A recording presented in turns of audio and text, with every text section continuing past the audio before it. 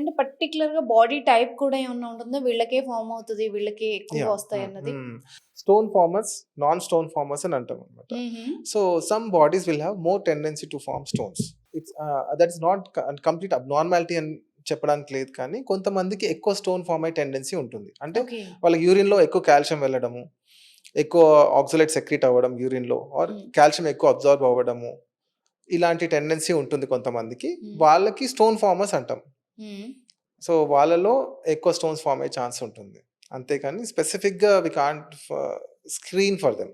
ముందే స్క్రీనింగ్ చేయలేము వాటి గురించి. ఓకే. అండ్ ఒకవేళ నెగ్లెక్ట్ చేస్తే ఎంత సివియర్ సిట్యుయేషన్స్ ఒస్తాయి స్టోన్స్ అనేది?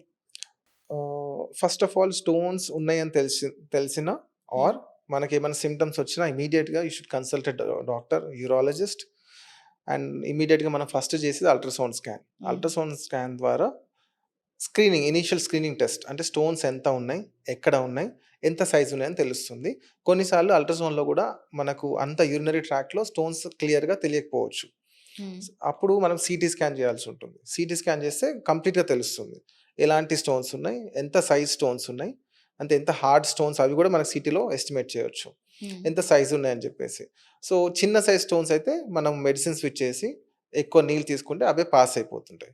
పెద్ద సైజ్ స్టోన్ అయితే ఏంటి అంటే కిడ్నీలో నార్మల్‌గా ఏంటి కిడ్నీలో అడ్డుపడడానికి ఏముండదు.